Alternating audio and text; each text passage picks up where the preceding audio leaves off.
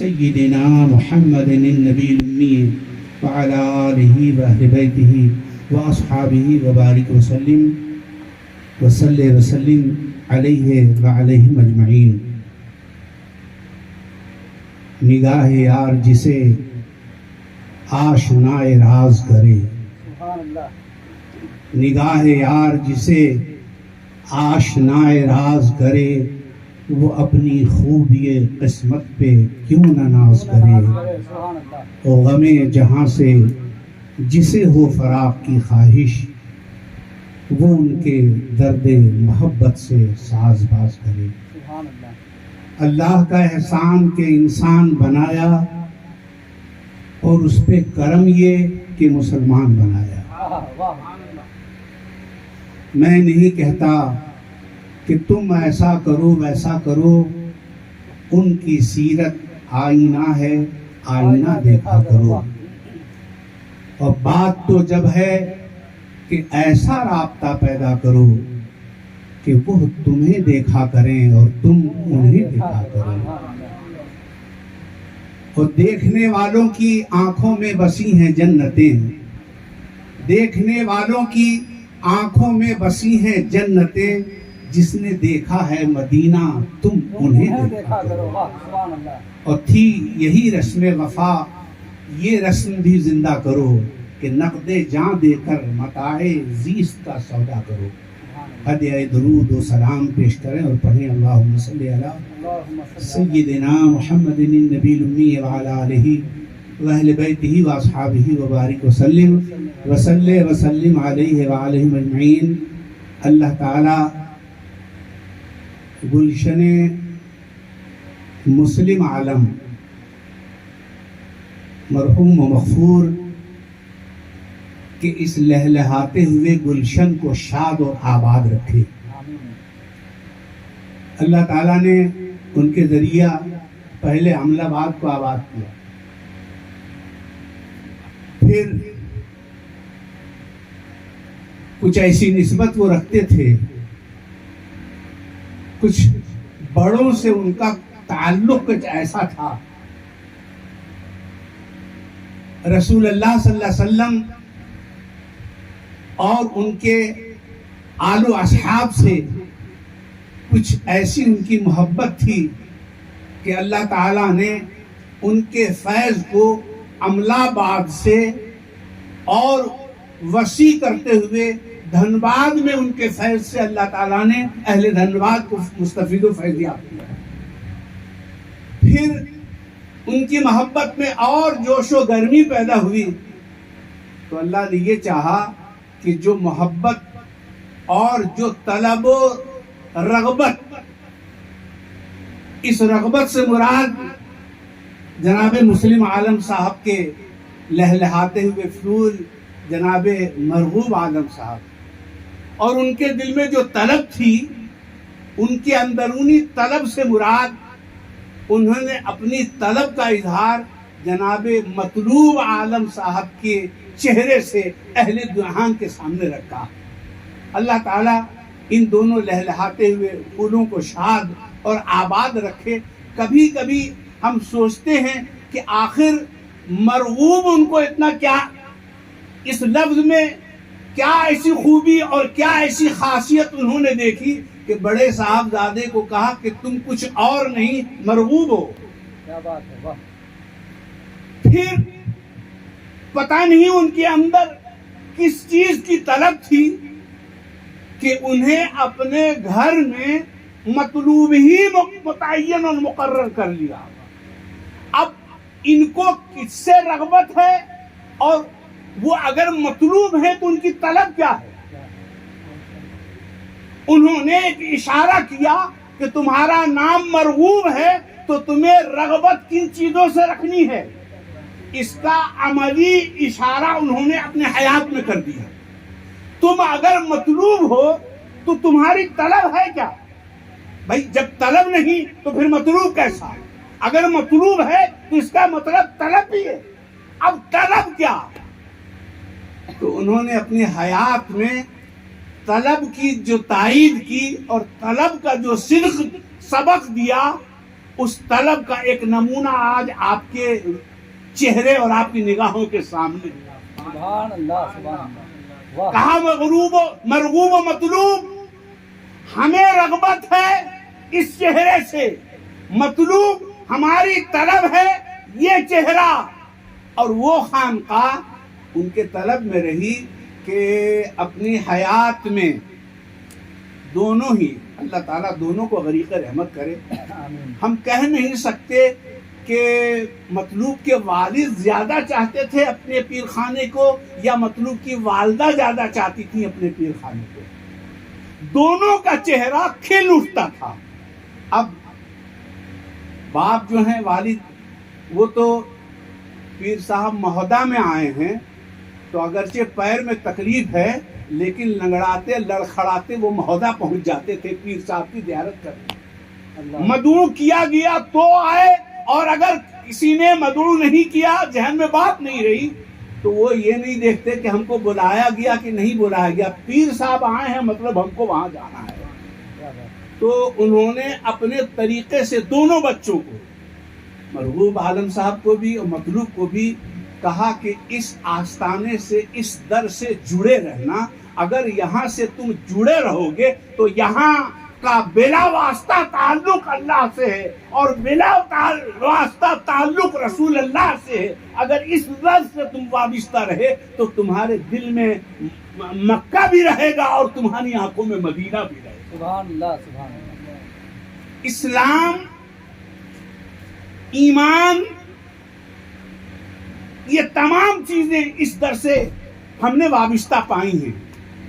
خانقاہ شریف، کوئی خاندان آپ ہم کو ایسا بتائیے کہ جس خاندان میں نسلاً بعد نسل ولی اللہ موجود ہے. اللہ. کیا بات. ایک خاندان آپ کو پتا ہے، کوئی ایسا گھرانہ، کوئی ایسا خاندان آپ جانتے ہیں کہ جن کے پر دادا چھر دادا بھی ولی تھے اور جن کے دادا پر دادا بھی ولی ہوئے، جن کے دادا بھی ولی ہوئے، جن کے والد بھی ولی ہوئے، جن کا بیٹا بھی ولی ہے، جن کا پھوپھا بھی ولی ہے، جن کے ماما بھی ولی ہیں. ہم آپ کو دعوت دیتے ہیں خانقاہ شریف چلیے تو سب سے پہلے گنبد شریف پہ حاضری دیجیے تو حضرت سیدنا تاج العارفین رضی اللہ تعالی عنہ کا مواضع، وہاں جا کے آپ سلام پیش کیے. یہ اپنے وقت کے قطب و ابدال ہیں، یہ اپنے وقت کے رسول نما ہیں، اور وہ در ایسا معزز ہے کہ اس در کی صداقت کو ہم کیا عرض کریں. موقع ہوتا، یہ دوپہر کا وقت ہے ورنہ میں آپ کو تفصیل سے بتاتا کہ جس در کا ہم نے نام لیا ہے ان کی محبوبیت کا کیا عالم ہے. وہ خدا اس کے رسول کے کتنے مقرب ہیں اور کتنے چہیتے ہیں کہ عالم رویا میں دیکھنے والوں نے یہ دیکھا ہے کہ رسول اللہ کی محفل ہے اور اس محفل میں حضرت تاج العارفین بتاتے خود موجود ہے. دنیا میں کوئی شہرت پا لینا، دنیا میں کوئی نام اور بڑا مقام حاصل کر لینا یہ اور چیز ہے، اور رسول اللہ کی بارگاہ میں کوئی مقام کسی کو نصیب ہو جائے یہ اور چیز ہے. سبحان اللہ. تو حضرت تاج العارفین اپنے وقت کے ولی کامل قطب و ابدال. ہم نے کہا خاندان کی بات. اب آئیے ان کے صاحبزادے حضرت شیخ العالمین قدس سرہ العزیز، جن کی ولایت کا شعرا اپنے دور میں ڈنکا بجتا تھا ان کی ولایت کا. حضرت شیخ العالمین، ان کے صاحبزادے حضرت مستجیب الدعوات حضرت ابو الحسن علی فرد قدس سرہ، وہ ولی کامل، ان کا لقب ہی ہے مستجیب الدعوات. وہ ایسے مستجیب الدعوات کہ ان کا اگر ہاتھ اٹھ جائے تو اللہ تبارک و تعالی ہاتھ اٹھتے ہی ان کی فریاد کو قبول کر لیتا ہے. ان کے صاحبزادے حضرت نصر، حضرت علی حبیب نصر قدس سرہ العزیز، ہم مبارکباد دیتے ہیں حضرت جناب مسلم عالم صاحب مرحوم و مغفور کو کہ انہوں نے دامن پکڑا تو ایسے ولیوں کا، ایسے خاندان کا جہاں نسلاً بعد نسل تمام اولیاء کرام ہیں، ولی ہی ولی ہیں، مقتدی ہی ولی، امام ہی ولی نہیں بلکہ ان کے جو مقتدی ہیں وہ بھی ولی ہیں. اور جو اس بارگاہ کے مؤذن ہوتے ہیں وہ بھی ولی ہیں.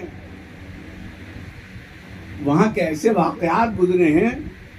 ایک مرتبہ ایک وفد وہاں پہنچا جو کچھ اختلاف رکھنے والے یا نکتہ چین افراد، انہوں نے خانقاہ شریف میں حاضری دی، اور حاضری دینے کے بعد انہوں نے یہ کہا کہ صاحب سجادہ سے وہاں کے کچھ معمولات مشغولات ہیں، جو لوگ واقف ہیں وہ جانتے ہوں گے، جو نئے ہیں ان کے لیے ہم مختصر انداز میں تھے. خانقاہ مجیبیہ ایک ایسی خانقاہ کا نام ہے جو پوری دنیا میں انفرادی خانقاہ ہے. وہاں کا رکھ رکھاؤ، وہاں کا طور طریقہ، وہاں کا قاعدہ، وہاں کی سوچ، وہاں کا اٹھنا چلنا بیٹھنا، خلوت نشینی اور جلوت بالکل منفرد ہے تمام خانقاہوں سے. وہاں کے جو صاحب سجادہ ہوتے ہیں وہ تا حیات خلوت نشی ہو جاتے ہیں. خلوت نشی کا مطلب ایک مخصوص علاقہ مکان کا حصہ جس کو وہاں کے زبان میں خلوت کہا جاتا ہے، اس خلوت میں صاحب سجادہ تا حیات کے لیے معتکف ہو جاتے ہیں. مطلب عام سفر، آپ کے یہاں میلاد ہے تو چلے گئے، آپ نے دعوت دیا تو وہ چلے گئے، اور کسی شہر میں چلے گئے اور کوئی کام کرنے کے لیے نکل گئے، ویسا نہیں، بلکہ وہاں کے صاحب سجادہ عمر بھر کے لیے اس خلوت میں معتکف ہو جاتے ہیں. تا حیات ان کو اسی خلوت میں رہنا ہے. عجیب سی بات لگی نا آپ کو؟ آج کوئی دنیا میں ایک آدمی ایسا بتا دے جو عمر بھر کے لیے کہیں بند ہو گیا ہو کہ نہ ہم کو کمانا ہے، نہ ہم کو کہیں جانا ہے، نہ ہم کو اور کسی کے شادی بیاہ میں شرکت کرنا ہے، نہ ہم کو اور دنیاوی کوئی کام کرنا ہے، نہ ہم کو روزگار کرنا ہے، نہ ہم کو ملازمت کرنا ہے تو بس اللہ اللہ کرنا. ایسا ممکن ہے؟ ارے کھاؤ گے کہاں سے؟ جب تک آپ کے پاس سورس آف انکم نہیں ہوگا، توکل تو ٹھیک ہے، اللہ پہ بھروسہ کر لینا، اللہ پہ تکیہ کر لینا کہ ہم، حضرت غوث پاک نے بھی تکیہ کیا تھا. اس کے بعد آپ نے ایک مثال بتائی، حضرت غوث پاک نے یہ عہد کر لیا کہ میں اس وقت تک نہیں کھاؤں گا جب تک اللہ خود نہ کھلائے. کیا بات. یہ غوث پاک کے شایان شان بات تھی. وہی ایسا عہد کر سکتے ہیں، وہی ایسا ٹھان سکتے ہیں، میں اس وقت تک نہیں کھاؤں گا جب تک خدا نہ کھلائے. آج اگر کوئی ایسا ٹھان کے بیٹھ جائے تو چونکہ غوث پاک جیسا اس کا ایمان نہیں ہے، وہ مر تو جائے گا مگر خدا اس کو کھلانے نہیں آئے گا. لیکن غوث پاک نے یہ عہد کیا، اور تاریخ گواہ ہے کہ اللہ نے کھلوایا. سبحان اللہ. کہا اگر تیرا عہد سچا ہے اور تو یہ چاہتا ہے تو خیر، قدرت نے ایسا انتظام کیا. تو ایک کہانی جیسا لگتا ہے نا کہ کوئی یہ عہد کر لے میں اس وقت تک نہیں کھاؤں گا جب تک اللہ ہم کو نہ کھلائے. ایک کہانی جیسا لگتا ہے کہ نہیں؟ افسانہ جیسا لگتا ہے نہیں؟ کوئی افسانہ نگار نے ایسا لکھ دیا ہوگا. میں آج دعوے کے ساتھ آپ کے سامنے پریکٹیکل رکھ رہا ہوں. آج کے اس دور میں، آج کے اس زمانے میں، ابھی دنیا کا جب کہ ایسا ماحول ہے، بڑی بڑی بلڈنگیں بن رہی ہیں، بڑی بڑی عمارتیں بن رہی ہیں، لوگ تجارت میں ترقی کرتے جا رہے ہیں. سب کو اپنے روزی روزگار کی فکر ہے. کہ آپ کو ایسے آدمی کی تلاش نہیں ہوگی؟ کہ آپ ایسے آدمی کے بارے میں جاننا نہیں چاہیں گے کہ اس آدمی کو نہ روزگار سے مطلب ہے، نہ کاروبار سے مطلب ہے، نہ تجارت سے مطلب ہے، بلکہ آج کے فی الوقت، آج کے اس دور میں اس نے ٹھان لیا ہے اور رب سے عہد کر لیا ہے، مولا کچھ بھی ہو جائے اس خلوت کے باہر نہیں جاؤں گا. واہ واہ واہ واہ، سبحان اللہ. ہے کوئی مائی کا لال آج کے اس دور میں بڑے سے بڑا عالم، بڑے سے بڑا مدبر، بڑے سے بڑا مفسر، بڑے سے بڑا مفکر ایسا دعویٰ کر کے کوئی بند کمرے میں بیٹھ سکتا ہے کہ میں کچھ بھی ہو جائے کمانے نہیں جاؤں گا، تو کھلائے گا تو کھاؤں گا؟ ہم آپ کو پتہ بتا رہے ہیں، خدا کی قسم آج کے اس دور میں بھی، آج کے ڈیٹ میں بھی وہ حجرہ ہے، وہ کمرہ ہے، وہ خلوت ہے، اور وہ خلوت نشین الحمدللہ آج بھی موجود ہے. سبحان اللہ. انہی کے بھائی ہیں. نعرہ تکبیر، نعرہ رسالت، خانقاہ عالم پناہ پھلواری شریف، نعرہ تکبیر. 10 دن کے لیے اللہ کی توفیق سے کوئی رمضان میں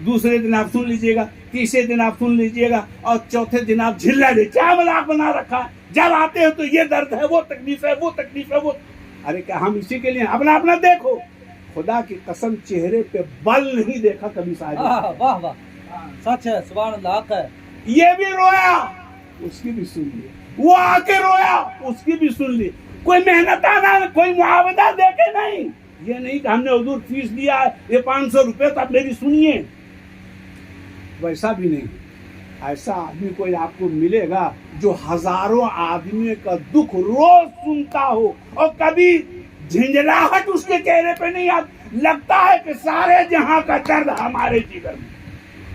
یہ شعر سنتے تھے نا، سب کا درد لے کے بیٹھے ہیں، جس نے جو دکھ پیش کیا سب کے لیے ہاتھ اٹھا دیا، پروردگار اس کے اس دکھ کو دور فرما دے. ہم نے عرض کیا آج کے دور میں کیا، پہلے بھی آپ اگر تلاش کرنا چاہیں گے تو ایسا لائف ٹائم کوئی مخلوق خدا کے لیے کہیں بیٹھ گیا ہو بمشکل تمام ایسا سننے ملے.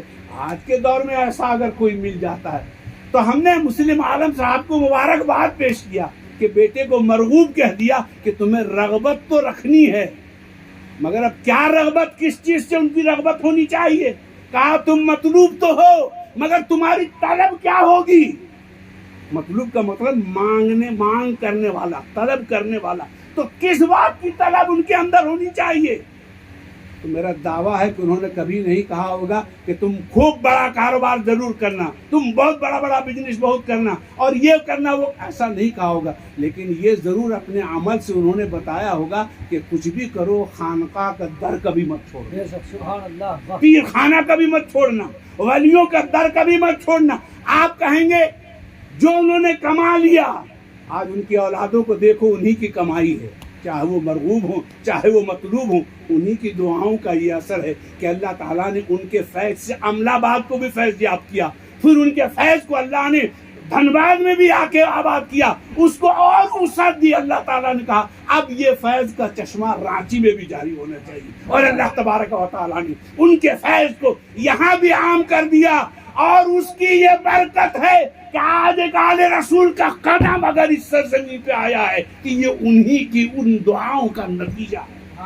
سبحان اللہ. والد نے ایسا مرغوب و مطلوب کو بنا دیا، دماغ میں ایسا ڈال دیا، بیٹا دنیا ایک طرف اور پیر خانہ ایک طرف، کچھ بھی ہو جائے بیٹا دین کو مت چھوڑنا. دیکھیے اصل میں بزرگوں نے ہم ایک واقعہ بتا کے، صرف ایک مختصر سے واقعہ بتا کے کہ دین ہر چیز میں اولیت دین کو ملنی چاہیے، کچھ بھی ہو جائے دین کا نقصان نہیں ہو، دین کا فائدہ ہونا چاہیے. ایک واقعہ ہم آپ کو صرف مختصر سے بتا دیں. ایک دن دوستانہ ملاقات حضرت عمر فاروق رضی اللہ تعالیٰ عنہ اور حضرت سیدنا علی کرم اللہ تعالیٰ وجہ شریف میں دونوں تشریف فرما. اب دوستانہ گفتگو ہو رہی ہے.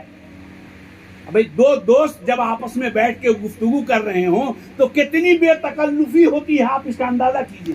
بہت بے تکلف دوستانہ گفتگو ہو رہی ہے، لیکن یہ خیال رہے کہ حضرت عمر فاروق خلیفہ وقت ہے، امیر المومنین حضرت فاروق اعظم خلیفہ وقت ہیں.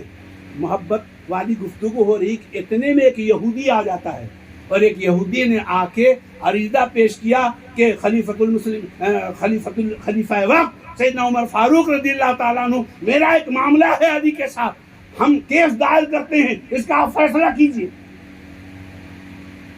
دو دوست بیٹھ کے بات کر رہے ہیں. یہ الگ بات ہے کہ وہ امیر ہیں اور یہ علی ہیں، لیکن ہیں تو دونوں دوست. اور ایک یہودی آ کے مقدمہ پیش کر دیتا ہے. فوراً حضرت عمر فاروق رضی اللہ تعالیٰ عنہ نے کہا کہ اے ابو الحسن، کٹہرے میں کھڑے ہو جائیے اور ان کا جو کیس ہے اس کے معاملے میں آپ بیانات دیجیے. حضرت امیر کے حکم سے حضرت علی کٹہرے میں چلے گئے، کھڑے ہو گئے، لیکن چہرے پہ بل آ گیا، چہرہ تھوڑا سا بدل گیا. خیر مقدمہ چلا، مدعی نے جو دعویٰ کیا تھا وہ غلط ثابت ہوا، وہ جھوٹا ثابت ہوا، اور حضرت علی کے حق میں فیصلہ ہو گیا. یہودی تو چلا گیا. پھر دونوں بیٹھ گئے، مقدمہ ختم ہو گیا. پھر دوستانہ بیٹھک ہو گئی، پھر دوستانہ باتیں ہوتی رہی. تو حضرت عمر نے پوچھا کہ اے علی، جب میں نے آپ کو کٹہرے میں کھڑا کیا تو ہم نے دیکھا کہ آپ کا چہرے کا رنگ بدل گیا، کیا آپ کو یہ بات بری لگی کہ ایک یہودی کے مقابلے میں آپ کو کٹہرے پہ کھڑا ہونا پڑا؟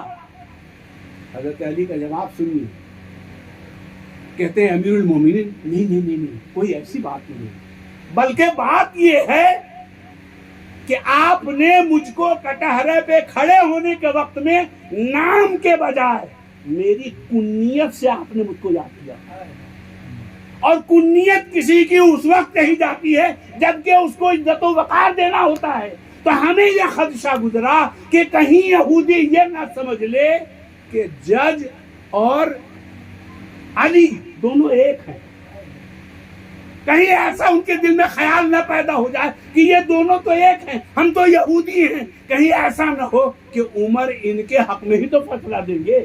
یہ بات گزری، اس لیے میرے چہرے پر بل آیا تھا۔ آپ نے غور کیا کہ اسلام کی تباہ اور اسلام کی بدنامی کا کس قدر ان کو خدشہ تھا کہ کوئی اسلام سے کسی بھی طرح سے بدگمان نہ ہو۔ ہم غور کریں ہمارے کون سے ایسے اعمال ہیں کہ جس سے ہم اسلام کی ناموری کرتے ہیں، کہیں ایسے کام تو ہم نہیں کرتے کہ جس سے اسلام بدنام ہوتا ہے۔ کئی لوگوں کے قول ایسے سنے آپ نے کتابوں میں کہ جب ہم اس اسلام کو دیکھتے ہیں جو قرآن اور کتابوں میں ہے تو جی چاہتا فوراً ایمان لے آئیں اور ایمان قبول کر لیں، لیکن جب ہم وہ اسلام دیکھتے ہیں جو لوگوں کے پاس ہے تو اسلام سے نفرت ہو جاتی ہے۔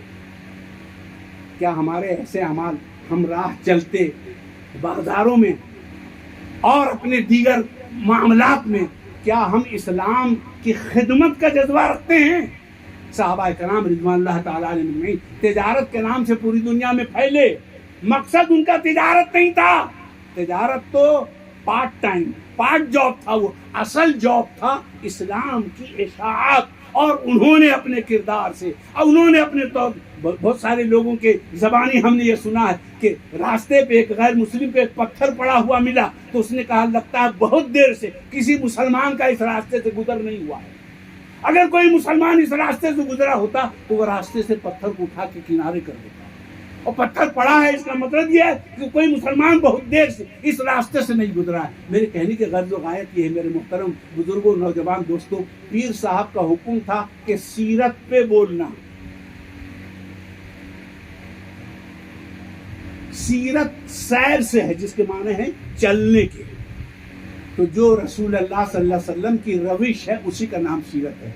آپ کو اپنی پوری زندگی میں رسول اللہ صلی اللہ علیہ وسلم کی سیرت کو اپنانا ہے۔ رسول کیسے سوتے تھے، رسول کیسے جاگتے تھے، رسول اللہ صلی اللہ علیہ وسلم کیسے کسی سے بات کیا کرتے تھے۔ ارے رسول اللہ صلی اللہ علیہ وسلم کے تو عامی زندگی کی یہ کیفیت تھی کہ جب آپ ہجرت کر کے مکہ سے مدینہ المنورہ پہنچے تو تمام انصار پہچاننے سے رہ گئے کہ رسول اللہ کون ہے اور ابو بکر کون ہے۔ یہی ہوا نا، وہ باغ جہاں آپ نے قیام کیا تھا آج بھی مدینہ پاک میں موجود ہے۔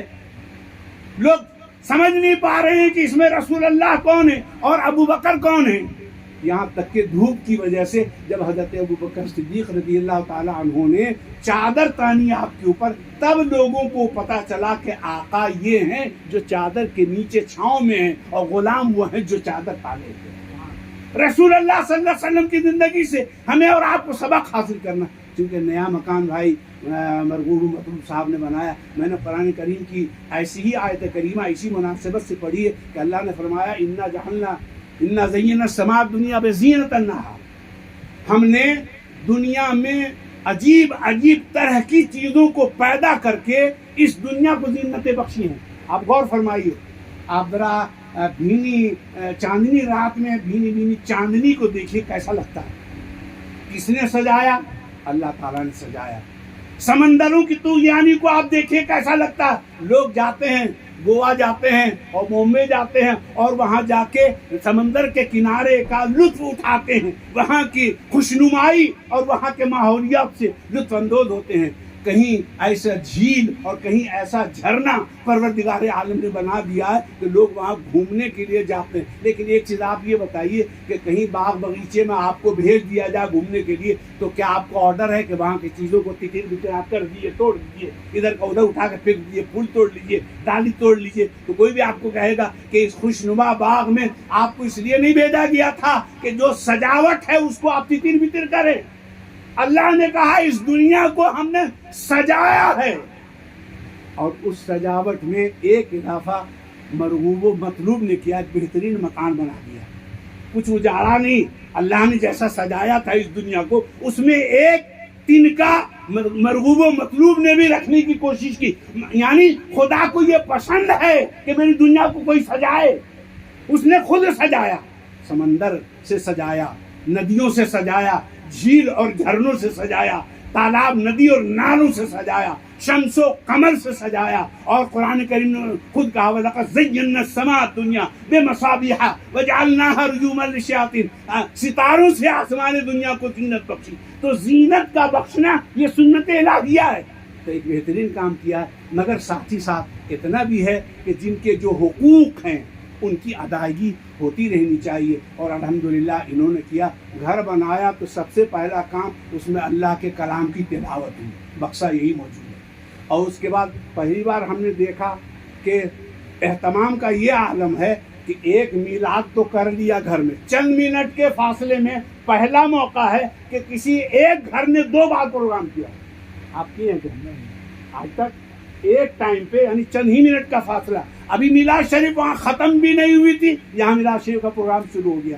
تو ہم مبارکباد دیں گے کہ مطلوب اور مرغوب کے دل میں جناب مسلم عالم شاہ نے ایسی محبت بھر دی کہ دنیا کی محبت بھی دل میں رہے, اس سے کوئی اختلاف نہیں, اس سے کوئی کمی بیشی نہیں. لیکن جو دین کی محبت ہے, قرآن سے تم اپنے اسٹیج کو بھی سجانا, اپنے گھر کو بھی سجانا. وہاں بھی تلاوت قرآن کریم ہوئی, وہاں بھی نعت خوانی ہوئی, وہاں بھی رسول اللہ اور اللہ کا ذکر ہوا. اور اس کے بعد دل نہیں بھرا تو کہا وہ تو بند کمرے میں ہوا, کھلے میدان میں بھی, تاکہ یہ پورا علاقہ, یہاں کا ایک ایک ذرہ, یہاں کا ایک ایک شجر, یہاں کا ایک ایک حجر, یہاں کی ایک ایک اینٹ جس میں پلاسٹر نہیں ہوا ابھی, وہ اینٹ قیامت تک گواہ رہے گی کہ مولا کریم مرغوب و مطلوب نے تیرے نام کی اور تیرے محبوب کے نام کی محفل سجائی تھی. وہاں لوگ آئے تھے اور تیرا ذکر ہو رہا تھا, لوگ سن رہے تھے اور سنت ڈھونڈ رہے تھے. خدا اس کے رسول کے نام کو سن کے جس کو خوشی ہو جائے, آپ یقین مانیے کہ ایمان کا جذبہ آپ میں موجود ہے. زندگی ہماری ایسے ہی گزر جائے گی, صبح ہوتی ہے, شام ہوتی ہے, عمر یوں ہی تمام ہوتی ہے. لیکن حقیقت یہ ہے اس زندگی کو قیمتی بنانا. ابھی ہم نے مطلوب سے کہا سب چھوڑو, ایک ہی ہفتہ صحیح اللہ کے گھر اور رسول اللہ کے در تک پہنچنے کی کوشش کرو. آنکھوں سے جا کے دیکھو, اپنی زندگی کے ان لمحوں کو قیمتی بناؤ, قیمتی بناؤ, ورنہ یہ لمحہ گزر جائے گا کھاتے پیتے کماتے دعاتے. ایک ہفتے ہی کا ہی صحیح, لیکن وقت نکال کے خدا کے گھر پہ جا کے حاضری دو, رسول اللہ کے در پہ جا کے حاضری. ارے خدا کی قسم, ان آیات مبینات کی جو قرآن سنتے ہیں نا ہم لوگ قرآن شریف میں, آنکھوں سے جا کے دیکھو, آنکھوں سے جا کے دیکھو. ہم گئے, حالانکہ الحمدللہ ہم اپنے حضور کے ساتھ 2006 میں بھی عمرہ میں گئے تھے, 2019 میں بھی ہم حج میں گئے, لیکن ابھی تک معلوم نہیں تھا. اس بار ابھی ہم گئے تھے رمضان شریف میں, پیر و مرشد کی دعا سے ایک چیز دیکھا آنکھ سے. ہم لوگ کیا ادب کریں گے آیات الہیہ کی اور رسول اللہ کی محبت کی, ہم لوگ کیا قدر کریں گے. آج آنکھ سے جا کے دیکھیے آپ, مسجد قباء تو خیر مسجد قباء ہے, ابھی اس کا ذکر نہیں کریں گے, طویل ہو جائے گا. خالی ہم مسجد قبلتین کی ایک بات آپ کو بتاتے ہیں جو آج بھی آنکھ سے دیکھنے کی ہے.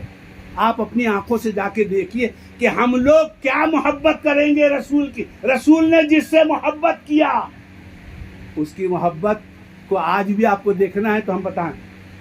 مسجد قبلتین ایک ایسی مسجد ہے جو 2 قبلے والی مسجد ہے, مطلب وہاں کا قبلہ ایسا ہے اتر اور دکھن. ہم لوگ کا جیسے پورا پشچم ہو گیا, ہم لوگ کے یہاں سے قبلہ پشچم ہے, وہاں جو ہے اتر دکھن.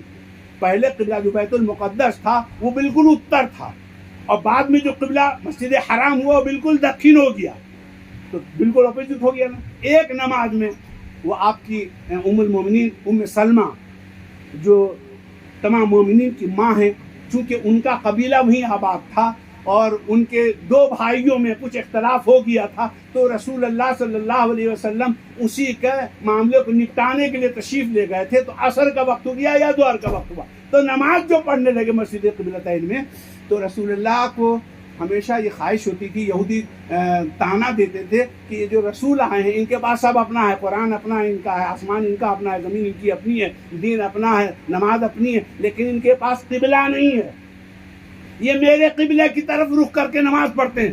تو رسول اللہ کے کو یہ بات جو ہے وہ دل میں لگتی تھی اور خواہش ہوتی تھی کاش میرا قبلہ جو ہے وہ مسجد حرام ہو جاتا. تو نماز پڑھا رہے تھے، 2 رکعت نماز پڑھی تھی، چاہے ظہر کی ہو یا عصر کی. مشہور زیادہ یہ ہے کہ عصر کی نماز تھی. تو حالت نماز میں قرآن کی آیت نازل ہوئی، قد نرا تقلب وجهك في السماء فلنولينك قبلة ترضاها فول وجهك شطر المسجد الحرام. اے محبوب، ہم آپ کا بار بار آسمانی دنیا کی طرف آنکھ اٹھا کے دیکھ رہے ہیں، تو پھیر لیجئے اپنے چہرے کو بیت المقدس سے مسجد حرام کی طرف. حالت نماز میں رسول اللہ صلی اللہ علیہ وسلم جو پہلے ایک دم اتر کی طرف رخ کر کے نماز پڑھ رہے تھے، ایک دم دکشن کی طرف ہو گئے. اب ذرا سا موقع اور ماحول کو غور کیجیے گا. موقع سے بات سمجھی جاتی ہے. ایک شخص نے کہا بلی کا قد ہم سے بڑا، سب لوگ ہنسنے لگے. ہنسنے اس لیے لگے کہ بلی ہوتی ہے 6 انچ 8 انچ کی 10 انچ کی، آدمی 6 فٹ کا ہے، تو یہ بلی کا قد اس سے بڑا کیسے ہو جائے گا؟ ارے موقع اور ماحول کو سمجھو. اصل میں اس آدمی نے یہ بات اس وقت کہی تھی جب وہ ایک دیوار کے سامنے سے گزر رہا تھا اور ادھر سے بلی دیوار کے اوپر آ رہی تھی. تو بلی دیوار کے اوپر تھی، آدمی نیچے تھا، تو بلی اونچی ہو گئی. تو اس نے کہا بلی کا قد میرے قد سے اونچا. تو موقع اور ماحول کو سمجھو. ہم ایک بات عرض کریں، رسول اللہ نے کوئی ہدایت نہیں دی، وہی نازل ہوئی تو رسول پہ، صحابہ پہ تو نازل نہیں ہوئی تھی وہی، اور رسول اللہ کے اوپر وہی نازل ہوئی اور رسول اللہ نے اپنا چہرہ بیت المقدس سے مسجد حرام کی طرف پھیر دیا. کسی سے نہیں کہا. ابھی کہا گیا تھا کیا؟ کوئی تقریر ہوئی ابھی کہ قبلہ بدلنے کا حکم آ گیا؟ کسی سے کچھ نہیں کہا. یہاں تک کہ رسول اللہ نے اپنا چہرہ جب پھیر لیا تو جتنے صحابی تھے بلا چون چہرہ. آج کا دور ہوتا نا تو کہتے یہ بات حالت نماز میں ادھر نماز پڑھ رہے تھے اور ادھر ہو گئے، اس کا مطلب یہ جو کریں وہی اسلام ہے، یہ جو کریں وہی اسلام ہے. ارے خدا کی قسم یہی صحیح ہے کہ وہ جو کریں وہی اسلام ہے. سبحان اللہ. واہ واہ واہ. وہ ادھر نماز پڑھے تو وہ اسلام ہے، حالت نماز میں وہ اپنا چہرہ ادھر پھیرے تو یہ اسلام ہے. سبحان اللہ. سبحان اللہ. کسی کو کوئی حق ہی حاصل نہیں کہ کوئی یہ کہے کہ رسول اللہ نے ایسا کیوں کہا. رسول نے جو کہہ دیا وہی دین ہے، جو کر لیا وہی اسلام ہے. کسی سے نہیں کہا کہ چہرہ ادھر تھا اب ادھر حکم ہو گیا پھیرنے. ارے اللہ کا حکم رسول اللہ کو ہوا تھا، صحابہ کو کہاں کوئی پتا، لیکن انہوں نے خالی یہ دیکھا کہ 2 رکعت رسول اللہ ادھر نماز پڑھے تو 2 رکعت ادھر نماز پڑھنا ایمان اور اسلام ہے، اور رسول اللہ نے 2 رکعت نماز ادھر پڑھی تو 2 رکعت نماز ادھر پڑھنا ایمان اور اسلام. بلا چون چہرہ، بغیر کسی عذر کے، بغیر کسی صفائی کے، سب لوگوں نے اپنا رخ پھیر لیا، نماز ہو گئی. وہی جو مسجد ہے اس کا نام ہے مسجد قبلتین. تو پہلے محراب ادھر تھا، ابھی محراب ادھر ہو گیا، ایک دم الٹا ہو گیا نا. تو ابھی کوئی پہچان اس کی نہیں ہے، خالی ایک محراب اوپر میں ایسا اتر کی طرف ایک محراب ایسا خالی نشان کے لیے بنایا ہوا، اور اب اصل محراب ادھر ہے. تو جو اصل بات کرنے والی تھی وہ یہ کہ وہ محراب جو پہلے امام کی جگہ تھی اس پر بھی ایک گنبد بنا ہوا ہے، ایک گنبد اس کے اوپر بھی ہے، اور وہ محراب جو آج کا تازہ محراب ہے یعنی مسجد حرام کی طرف، اس کے اوپر بھی ایک گنبد بنا ہوا ہے. ایک بلڈنگ، ایک چھت، ایک گنبد اس میں، ایک گنبد ادھر، مشکل سے 20 30 25 30 40 فٹ کا فاصلہ ہوگا. دونوں ایک جیسے گنبد. فرق اتنا ہے کہ ایک گنبد تھوڑا سا بڑا ہے. مان لیجیے اگر یہ ہو سکتا ہے کہ 20 فٹ ڈائی میٹر کا ایک گنبد ہو تو 12 فٹ ڈائی میٹر کا دوسرا گنبد ہوگا. خدا کی قسم آج بھی جائیے اور اپنی آنکھ سے دیکھیے کہ جس گنبد کے رخ کو رسول اللہ نے پسند کیا اس پر 1000 کبوتر بیٹھے رہتے ہیں، اور جس طرف جس سمت سے رسول اللہ نے رخ پھیر لیا ایک کبوتر اس پہ نہیں بیٹھا۔ میرے پاس موبائل موجود ہے، اس میں اس کی تصویر بھی موجود ہے، اگر کوئی دیکھنا چاہیے گا تو دیکھ لیجیے گا۔ 2 گنبد ایک جگہ، ایک پر ہزاروں کبوتر بیٹھے ہیں، ایک پر ایک بھی کبوتر نہیں بیٹھا۔ اس لیے نہیں بیٹھا کہ رسول اللہ نے اس طرف سے رخ اپنا پھیر لیا۔ واہ واہ پتہ یہ چلا کہ رسول جدھر سے رخ پھیر لے کبوتر بھی اس کو پسند نہیں کرتا۔ آج کی زندہ مثال، آپ جا کے مطلوب جائیے ایک ہفتہ کے لیے صحیح، آنکھ سے جا کے دیکھ آئیے مسجد قبلتین میں، آج بھی ابھی بھی دکھا دیں گے ہم آپ کو، اس میں فوٹو ہے، ابھی چونکہ ہم رمضان شریف میں بھی گئے تھے، رمضان ہی کا فوٹو ہے، زیادہ دن کا بھی نہیں۔ تو یہ پتا چلا کہ کبوتر یہ تعلیم آج بھی دے رہے ہیں، ہم لوگ تبلیغ نہیں کر پاتے، کبوتر تبلیغ کرتے ہیں کہ سنو اے آنے والوں، رسول جو پسند کریں تم بھی اسی کو پسند کرو، رسول جس کو چھوڑ دے اس کے قریب بھی مت جاؤ، ما آتاکم الرسول فخذوہ وما نہاکم عنہ، رسول اللہ جو دے دیں تم اس کو لے لو، اور رسول اللہ جس چیز سے منع کر دیں اس کے قریب بھی مت جاؤ۔ اس کی عملی نمونہ آج آپ کبوتروں سے جا کے حاصل کیجئے کہ کبوتروں کو رسول اللہ صلی اللہ علیہ وسلم کی پسند سے کتنی محبت ہے۔ اب آپ غور کر لیجئے گا کہ رسول اللہ کو کیا کیا چیزیں پسند تھی۔ کبوتروں نے رسول کی پسند کو آج بھی پسند کر کے بتایا کہ دنیا ادھر کی ہو جائے، ادھر کی ادھر ہو جائے، مگر رسول کی جو پسند تھی وہی ہماری پسند ہے۔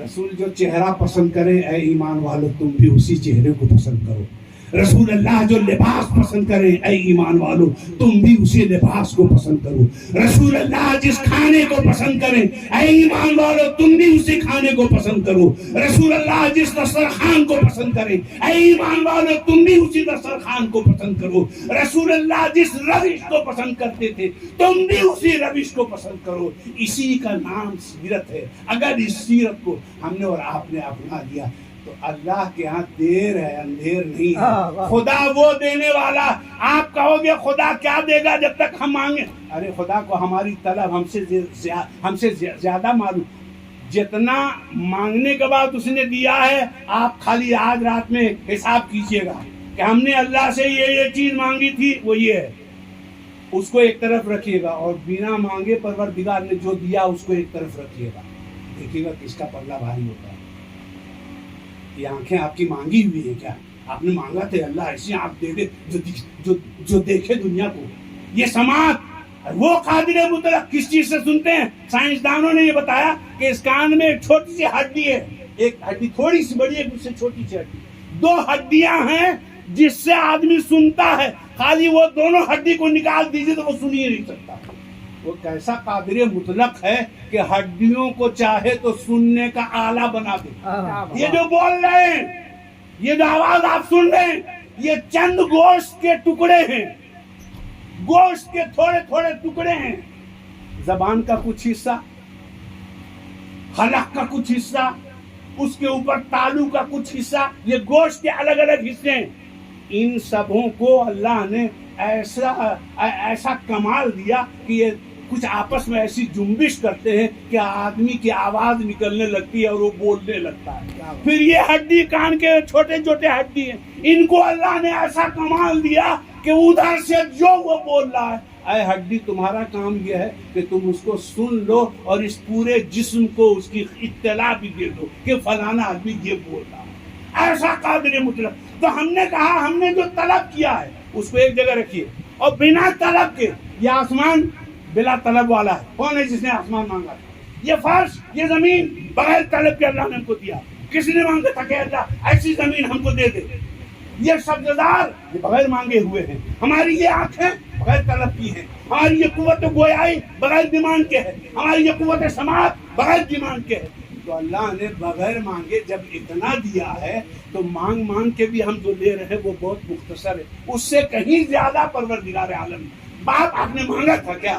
باپ کی شفقت، جن کی دعاؤں سے آج ہم لہلہا رہے ہیں، وہ مائیں حضرت موسیٰ علیہ السلام کوہ طور پہ ایک دن گئے تو قرآن کریم میں آیا ہے کہ اللہ تعالیٰ نے کہا فَخْلَعْنَ عَلَيْكَ إِنَّكَ بِالْوَادِ الْمُقَدَّسِ طُوًى، اے موسیٰ جوتے اتار لیجئے، یہ وادی مقدس ہے۔ حضرت موسیٰ کو بڑا عجیب لگا، یہ کوئی نیا تھوڑی ہے، ہم تو پہلے بھی کئی بار آ چکے ہیں یہاں اس وادی مقدس میں، ہم تو پہلے بھی کئی بار آ چکے ہیں۔ اس ٹائم پہ نہیں کہا گیا کہ وادی مقدس ہے، اس ٹائم پہ نہیں کہا گیا کہ جوتے اتاریے، آج اللہ تو کہہ رہا ہے، آج ایسی کیا بات ہو گئی؟ تو اللہ نے کہا اے موسیٰ، اس کے پہلے جب تم آتے تھے نا تو تم یہاں آتے تھے اور تمہاری ماں کے ہاتھ وہاں اٹھے رہتے تھے۔ پروردگار میرے موسیٰ کی حفاظت فرما، پروردگار عالم میرے موسیٰ کی مدد فرما۔ تو وہ ماں کی دعا تھی جو تمہیں سنبھال لیتی تھی، کبھی تمہیں کوئی نقصان نہیں ہوا۔ آج ہم نے اس لیے حکم دے دیا کہ یہ وادی مقدس ہے، اس کا لحاظ کرو، کہیں ایسا نہ ہو کہ گرفت ہو جائے اور تم سنبھل نہ سکو، کیونکہ اب ماں کے ہاتھ تو نہیں ہے۔ تو اب یہ ماں کے ہاتھ جو اٹھ کے مطلوب مرغوب کی ماں نے کب کب دعائیں ان کے لیے کی ہوں گی ان کو پتہ بھی نہیں ہوگا، یہ تو اپنے کمرے میں سوئے رہتے تھے، ماں وہاں تخت پہ بیٹھی رہتی تھی، ہم اکثر جاتے تھے تو اسی تخت پہ بیٹھی رہتی تھی، پان کھاتی رہتی تھی، یا پیر کرتی رہتی تھی، اے بیٹا پھلواری کیسے جائیں گے، بیٹا پھلواری کیسے جائیں گے۔ چچائی گزرنے کے بعد بات بول رہے ہیں، پہلے تو خیر شوہر و بیوی دونوں ایسے عاشق تھے کہ باہر میں چچا کا جلوہ رہتا تھا اور اندر میں چچی کا جلوہ رہتا تھا، کیونکہ میری اہلیہ اور میری بیٹیاں بھی جاتی تھیں تو وہ آ کے بتاتی تھی ابا دھنباد والی دادی نا کیا خدمت کرتی ہیں، جب دیکھے ای پیرانی اماں کے پاس میں، ددا پیرانی اماں اس وقت باقاعدہ حیات تھی، کیا ان کی خدمت کرتی ہیں، کبھی پیرانی اماں کی خدمت کرتی ہیں تو کبھی ددا کی خدمت کرتی ہیں، کبھی حضرت ہلال بابو رحمۃ اللہ علیہ کی والدہ محترمہ کی خدمت، یعنی اندر میں ان کا جلوہ رہتا تھا، متحرک رہتی تھی، وہ خانقاہ میں جاتی تھی تو مہمان بن کے بیٹھے نہیں رہتی تھی وہاں، تو اندر میں ان کا جلوہ تھا۔ تو انہوں نے اپنے بچوں کے حق میں پتہ نہیں کہاں کب کیا مانگی ہوں گی، خلوت میں جا کے بھی مانگی ہوں گی، حضرت تاج العارفین کے یہاں بھی جا کے مانگی ہوں گی۔ آج ان کی دعا کا یہ اثر ہے کہ یہ بچے الحمدللہ خوب پھول اور پھل رہے ہیں۔ ہماری بھی دعا ہے پیر و مرشد کی موجودگی میں کہ اللہ تبارک و تعالیٰ ان بچوں کو شاد اور آباد رکھے، انہیں ہر آفت و بلا سے اللہ تعالیٰ محفوظ و مامون رکھے، اور بیٹیاں جو اپنی گھروں میں، وہ کم عاشق نہیں، ہم کو سب معلوم، آپ کو نہیں معلوم، ہم کو سب معلوم ہے کہ پیر خانے کی کیسی عاشق ہیں بیٹیاں، خالی بیٹے ہی نہیں، بیٹیوں کے جو الگ جذبے ہیں، اور ہم کیا بولیں، داماد بنارس کے ہیں مگر جب دیکھو تو پھلواری میں پائے جاتے ہیں۔ اللہ تعالیٰ ان کو بہتر سے بہتر جزائے خیر عطا فرمائے۔ پیر میں اتنی تکلیف، ہم کو تعجب ہوتا ہے، دکان پہ بیٹھتے ہیں تو ہم کو لگتا ہے کہ یہ بیٹھے ہیں تو اٹھیں گے کیسے، اٹھے ہیں تو بیٹھیں گے، اور پھر دیکھو تو پھلواری میں موجود ہیں، یہاں دیکھو تو یہاں موجود ہیں۔ یعنی مطلوب و مرغوب نے کہا ہوگا بھیا آ جائیے نا، مکان بن گیا ہے، ابا امی کے لیے بھی تو دعا کرنا ہے نا، پیر خانے کی بھی تو یاد کرنا، پیر صاحب بھی آ رہے ہیں، کچھ ہو چاہے مت ہو، پیر صاحب آ رہے ہیں، بھیا آپ بھی آ جائیے۔ دیکھا الحمدللہ ہمارے آنے سے پہلے بیٹی داماد پوتا نواسا بھگنا سارے لوگ یہاں موجود ہیں پہلے سے، تو یہ تعلق ہے، اللہ تعالیٰ اس تعلق کو قائم و دائم رکھے، اس کو اور مستحکم و مضبوط فرمائے، اور اللہ تعالیٰ ان کو خیر و برکت عطا فرمائے۔ وقت زیادہ ہو گیا ہے، اب اجازت ہے پیر و مرشد صلاۃ و سلام۔ سبحان اللہ سبحان اللہ۔